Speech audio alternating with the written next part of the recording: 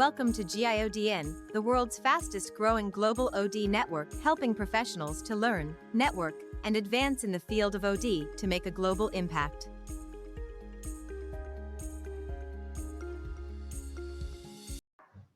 All right. So I was thinking at the beginning of the year, but how would all the changes occurring in the world be impacting those of us in the field of OD? So I did a little bit of research, and I'm going to share with you some of the findings, see what you think about it. And then we're going to share with you some tools that you can use to maybe help deal with some of the challenges. So Sarah's managing our slides. So anyways, just when I hesitate, Sarah, change to the next slide. Perfect. Okay, so I just took the liberty to I'm getting a little echo. So to share with you some of the pictures from our past events and just, to think about what is OD. So OD is a phenomenal approach to helping organizations become more effective, because we look at organizations from a systems approach. We're focused on, what it is that organizations need to improve and to become more effective, and also to have a healthy culture. So I don't know if you just looking at our pictures, one's from India in the top, to the left is in Africa. The one on the far right here at the top we were in Jamaica. The one on the far left and the bottom, Patty and I were with Roland Sullivan in Ghana, where it was actually in Sunyani. We were talking to a tribal chief that we didn't know. We assumed he was the maintenance guy, and he ends up being the chief and well-educated and well-versed in the field of OD. A picture of us at the OD conference in Portland, Oregon a few years ago with Chris Crosby, Robert Crosby, and Roland Sullivan. And then finally, a picture of us at a conference that we had in Delray Beach about 6 years ago. And so we used to have conferences live, and maybe we'll do that sometime, but we're really happy that you all could be here today to share with us and to learn a little bit more about what we love, the passion that we have for the field of organization development.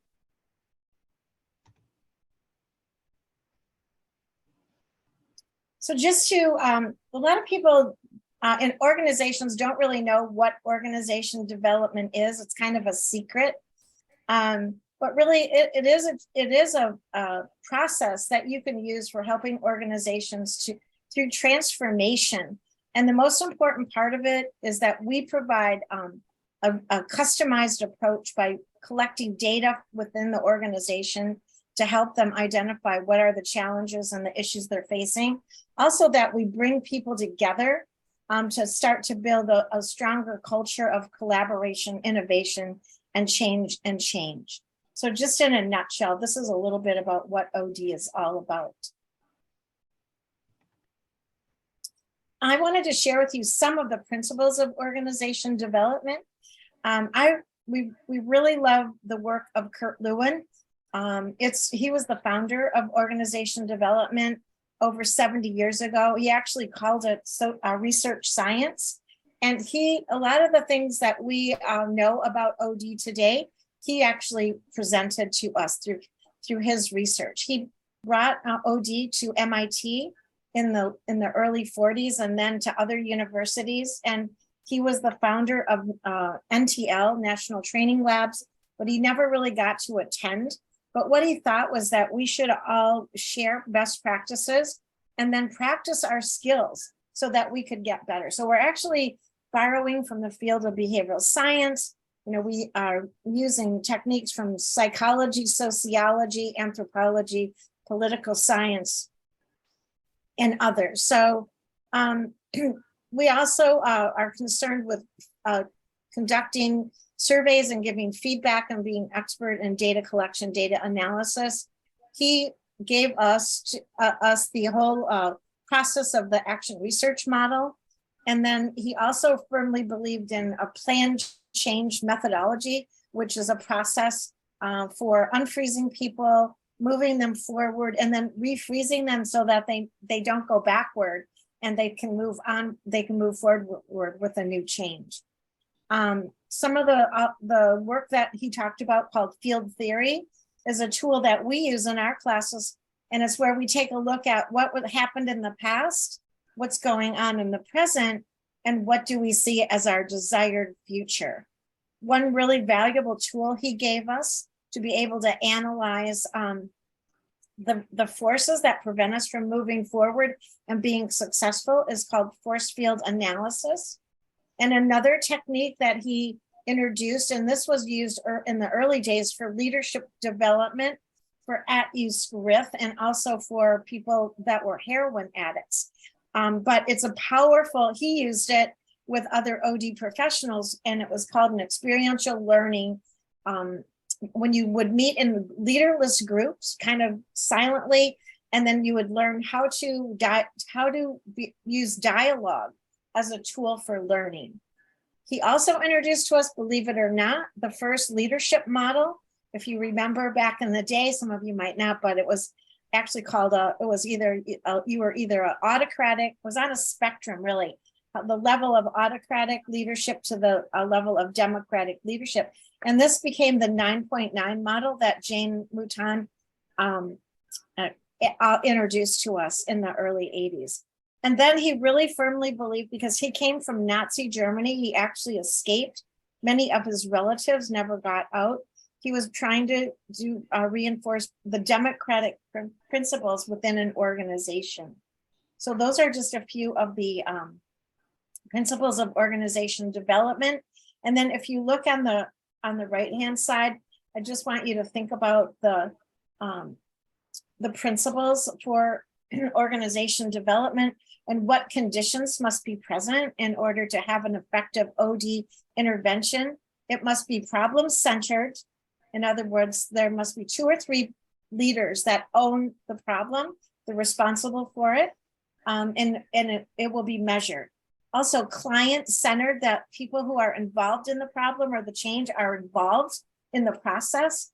And 3, it's that it's action-oriented. The organization is committed and responsible for acting on the problem and solving the problem. So I just wanted, these are some really great, if you wanted to create an elevator speech to explain to your organization what organization development is all about, this is a really great slide that you can use to share with them. So what we want to do is, what's going on now? We're going to use that, it's a tool, this is a tool. And we want to look at what happened in the past, and then we're going to focus on the future.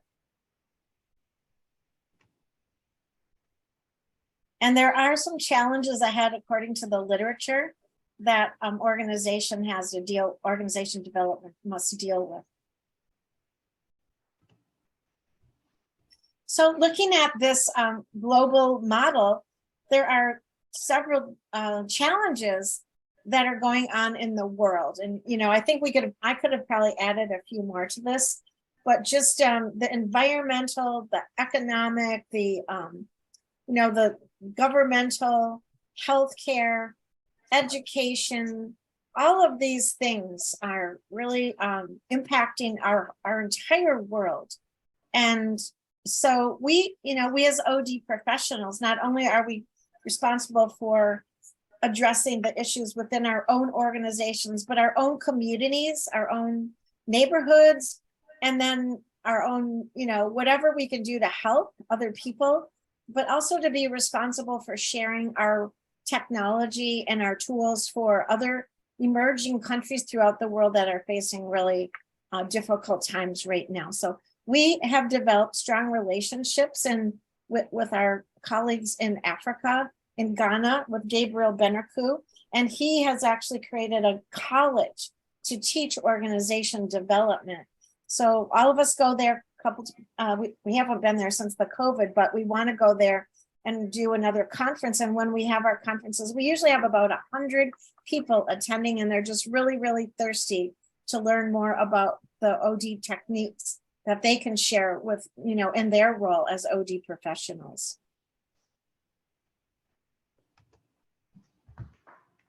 Well, this got a little bit, I'm sorry about this, but I wanted to share with you, I kind of took it into these different categories. And So looking at the organization culture, some of the challenges that organizations are facing, looking at the values, the diversity, equity, inclusion, and belonging, engagement issues, and retention issues.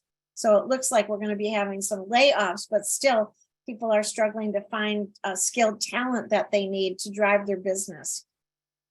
Also, if you think in terms of organization strategy, a lot of our participants in our programs are talking about the difficulties they're having around strategy, on a long-term basis, setting goals for long-term, because we have so much rapid, complex change.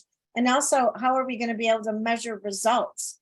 So we've got to think in terms of what are we going to be looking at more short-term goals or maybe monthly goals, and being able to measure those. So that's really important too. A lot of our participants are focused on organization design. I couldn't fit it all in, or organization redesign.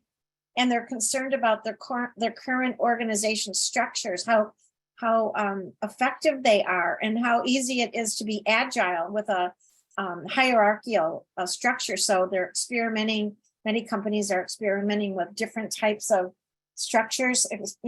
Initially they look at Zappos shoes, and others that are going into more of a leadership structure. And then how effective is that going to be without a leader that is appointed in the role? So they're talking a lot about leadership itself, and do they have the skills necessary to lead in a chaotic world? Also, organization sustainability. So how can we maximize our contribution to the environment, society, and future generations? How can we maintain our own business sustainability? So this is another area that's a challenge for businesses today. One that's reemerging that we've talked about in the in the industrial age, but believe it or not, we're faced with new technology going through a digital transformation. Everyone's a little bit concerned about AI and the authenticity of AI. And then also, how adaptable and flexible can the workforce be to embrace technological change? And then another one would be the engaged workplace.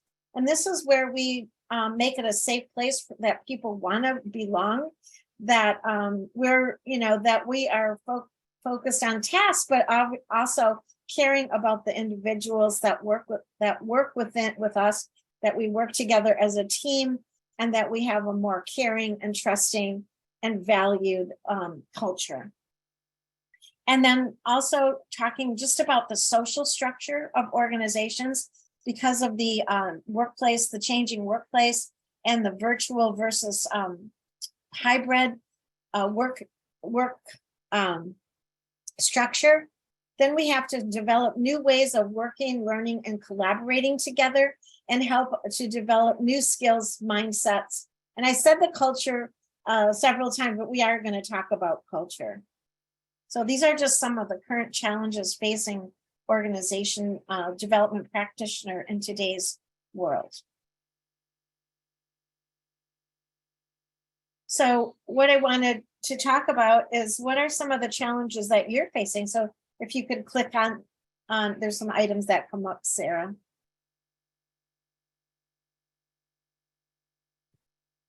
Thank you everyone for being here. I'll take a minute while she does this, but we have over 62 people here, and that makes us really proud that we've been able to add something that people, will be a value of you.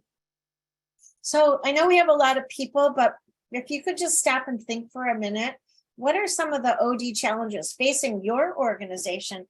And we'll put those in the chat. We'll take about 2 minutes to do that. Put some of the, share with us to see if we're on point with the areas that we've identified. Okay, thanks, Gail.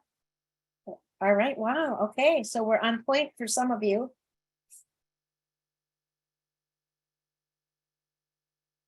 All right, excellent.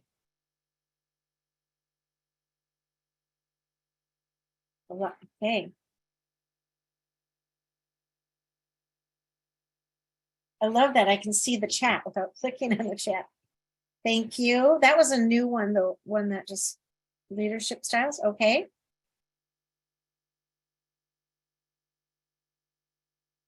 I think we have something, we'll have something for everyone in our presentation. So thanks for sharing that. All right. Can everyone see these on their screen? Okay.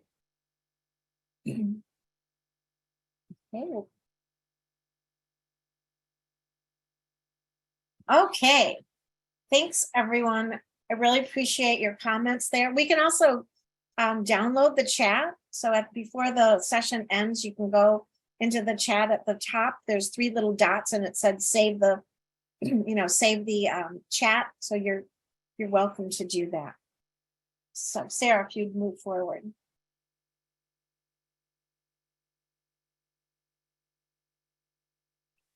So before we get into the current challenges, we're also going to look at some of the future challenges.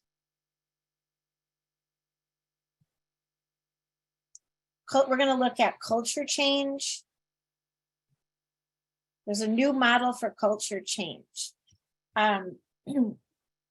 So I recently read this in a Harvard Business magazine. I think it was in January. And the article talked about how culture change, before it was based on the iceberg theory, what are the things that are below the iceberg, the things that are unsaid, that are unseen, that really, that really represent the culture that people don't really recognize. And then the culture of organizations was built on rituals, on values, on core principles, on the ideology of the founders. But today what's happening is that employees today, they really want to work for a company that's really built on their values, that there's a values match. And so leaders have to recognize that we have to do some type of a assessment and have conversations to determine what are the values that are important to employees, as well as the values that are important to the organization. And then what you want to do is to create a values alignment. And one way, perfect, the tools that we use in organization development obviously would be to conduct an assessment, whether you use a focus group or whether you use a survey. I'd really like to see you use focus groups of a sample size of the organization, and then to be able to come up with this new assessment. And then you would also assess the leaders as well. And then you would take a look at the current values of the organization. And then this would help, and then lead a facilitated event around what are the real values of our organization and how can we align them with employee values. So in essence, this is what the article was all about. And I think that gives us a lot of opportunity here to do some really good work. So some of the old culture models we need to throw out and rethink about how we can create our own culture model, and to be able to live that model as well. So your employer brand is really built on your culture model.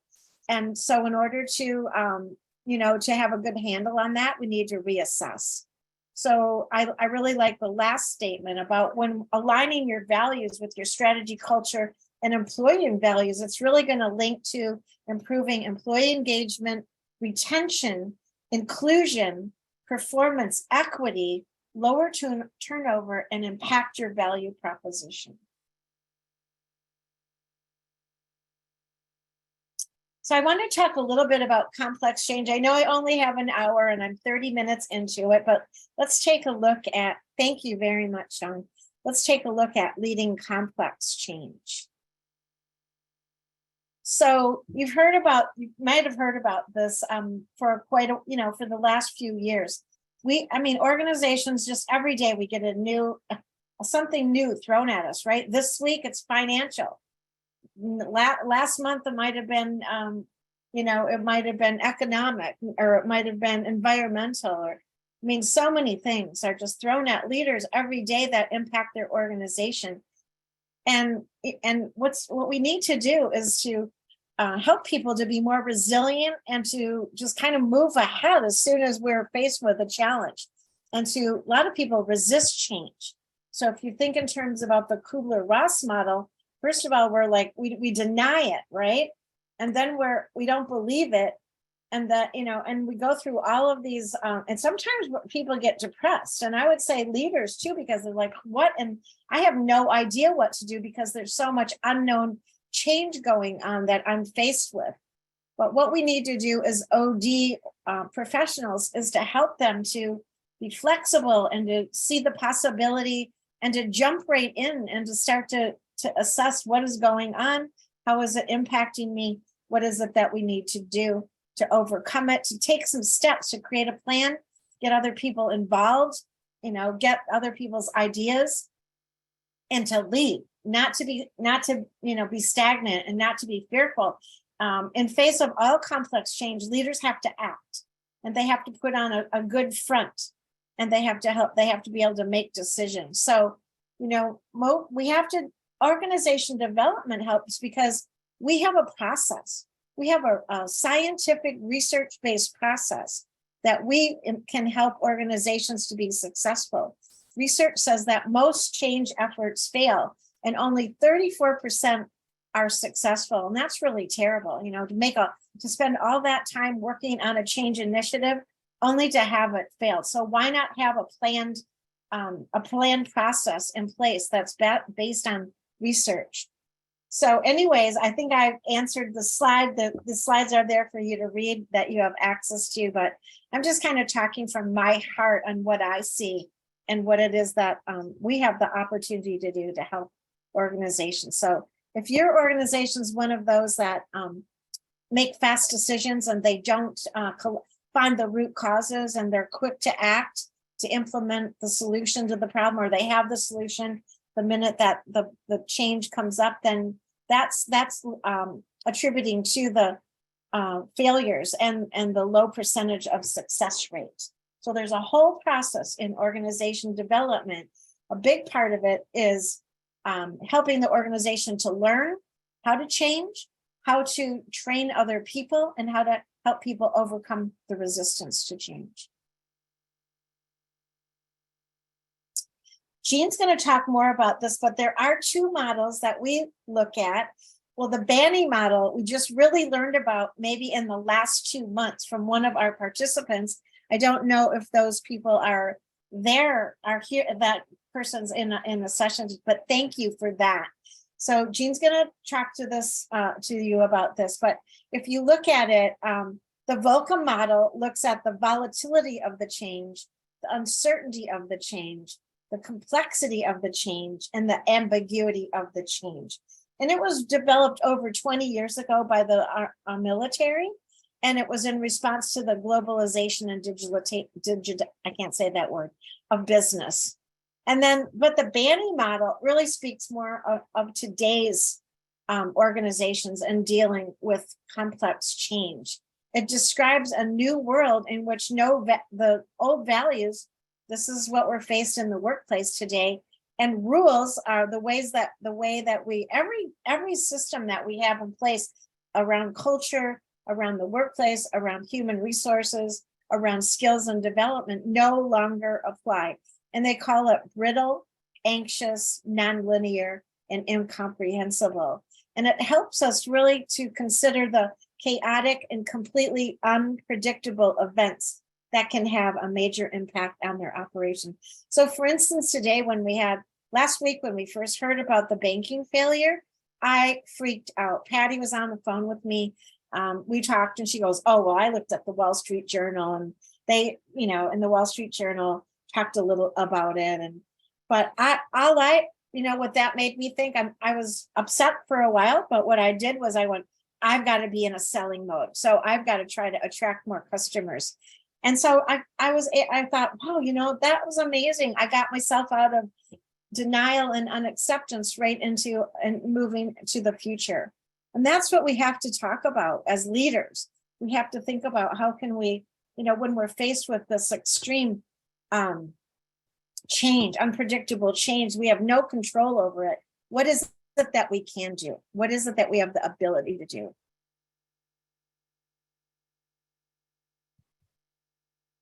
So we're going to give you a little model here for dealing with complex change. And so we have, in order to change the mindset of individuals, of leaders, we have to change their behavior. So that's really important. And we also have to address the culture and its supporting structures. So looking at this model here, we're going to look at mindsets, the culture, the networks, the relationships. We also have to, and they said, okay, this is tied to your HR policies. And then to change the heart aspects of the organization, you have to look at the processes and the structures and the culture and the mindset behaviors needed to change. So we're going to look at both the soft aspects and the hard aspects in order to make a quick change. You're going to look at the weakest link within your organization.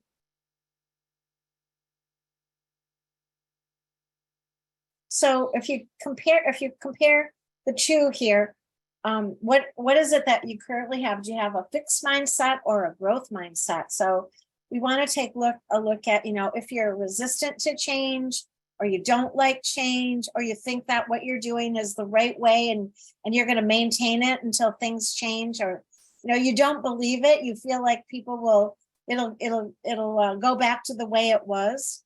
Or I'm an expert in what I do, so I'm going to stick to what I know. Or in complex change, a growth mindset is challenges help me grow.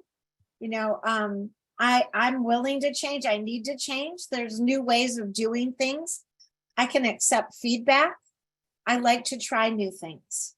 And this is what we want to instill in people in the organization, that we need to have a growth mindset. I did read another article about the importance of ongoing self-development and not having development enforced on you, but you are taking action yourself on your ongoing personal self-development. So I really wanted to share with you some of these questions to see how change agility people in your organization are. So you feel free to use this to do a little assessment. What % of leadership are really confident in leading change? How thoroughly are previous change lessons incorporated into your culture? We used to have a process at Pratt & Whitney. I worked there quite a few years ago, and we used to have, after every launch or every product development, we would do lessons learned. And we also would use the 5 whys. So those are 2 tools that you can use to examine how thoroughly have we embraced previous change lessons and they've been incorporated into our processes. Then to what extent is major change welcomed or feared? How do people react to change? To what extent do leaders see their role in creating a change, agile workplace? Does the business have flexible structures and processes that can respond quickly? And then what ideas permeate the business from the outside and flow from the bottom? At Motorola, we used to have the Bandit program, where we still, in order for rapid change and moving fast towards technology, we stole from the best. That they called it the Bandit program. And that's how we were able to keep ahead of the competitor. Not really steal it, but we were examining what was going on with our competitors and within the industry. And then also, is there a culture of experimenting, prototyping, pilots, and iteration?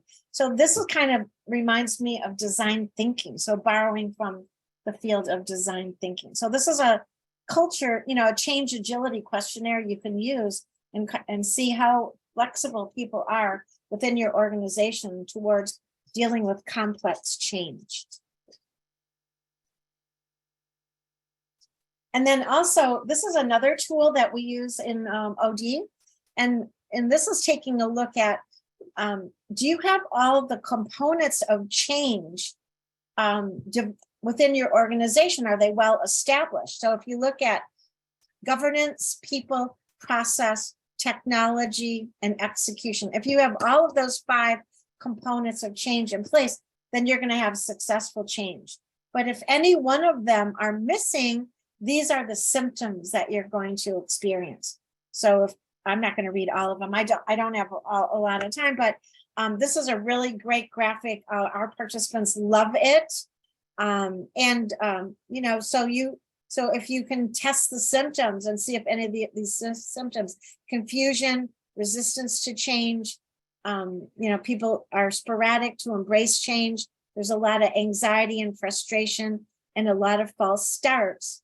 Then you need to address these areas and try to bring those up to speed so that you have all your components in place to prepare for readiness for change. And another questionnaire that we put together here for you around each one of the components that you could use to see if you do have all the components in place. We've given you that in this in the right-hand graphic here. So I hope this is helpful. Thank you. All right, moving on. Okay, let's skip this one because I had it in the other graph. Okay, so let's just say, so why use an OD approach? So, there's we have a lot of competitors. And I just noticed that some of the other change models miss certain parts that organization development addresses. So planned action, so planning it, not just running by the seat of your pants or having a gut reaction to change and thinking that the solution. We're talking about planned actions lead to change and organizational effectiveness. In OD, we use a planned approach using the action research model. It's a 7-step model. And going through that then helps you to be more successful because you're getting the senior leader team, and all the subject matter experts and stakeholders on the same page, and they're involved in the change process. And in order to have an effective change, you have to work on two things. One is changing the organization, having leadership involved, communicating the change, and then developing the skills and in order to be able to be effective in implementing the change. So OD also provides models to address designing systems, structure, process, culture, leadership development, team development, and individual development. When we talk about interventions are the things that we identify in order to make the change. So I'm going to use that term. So diagnostic interventions provide the data to identify opportunities for improvement, goals, performance, culture, and organization effectiveness. We, organization development practitioners, help organizations adapt to changing environments, help them implement new strategies, and foster learning and innovation. Also, OD, we are working on developing a stronger leadership culture committed to change, encouraging their commitment, accountability, involvement, and communication. If any one of those are missing, it's not going to be an effective OD intervention. For an example, when I worked with a client, the first thing in our first interview, when I'm developing the relation, getting their buy-in, asking them questions, getting to know them, getting to understand the organizational issues, I ask, is this tied to the strategic plan? Is it tied to one of the goals? And if not, could it be, so that we can measure results? And many times they would go back and they would actually add it to one of their goals or to the strategic plan itself. So if it's not tied to a goal, if they can't measure it, it's not going to be effective. All right. So I think I hope I've presented enough to share, to convince you that an OD approach is the best way to help organizations through the process of change. And I think that we're going to be here for a long time. We have to sell what we do.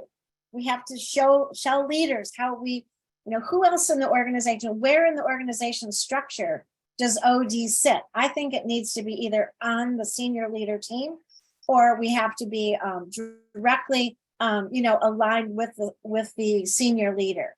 So I don't know where your organization development team sits or where it is on the org structure, but I would try to convince senior leaders why it's important, because who else has this responsibility within an organization? And we have the skills, we have the knowledge, we have the ability to really support senior leaders as business partners. Okay. So again, a little bit about, I wanted to talk for a minute about the future of OD. I guess I tried to put too much information in here, but what I see as the future of OD, if I was looking through, my lens here, I would say that, organizations are going to realize that the OD approach is going to really be helpful in building effective organizations to build sustainable change process.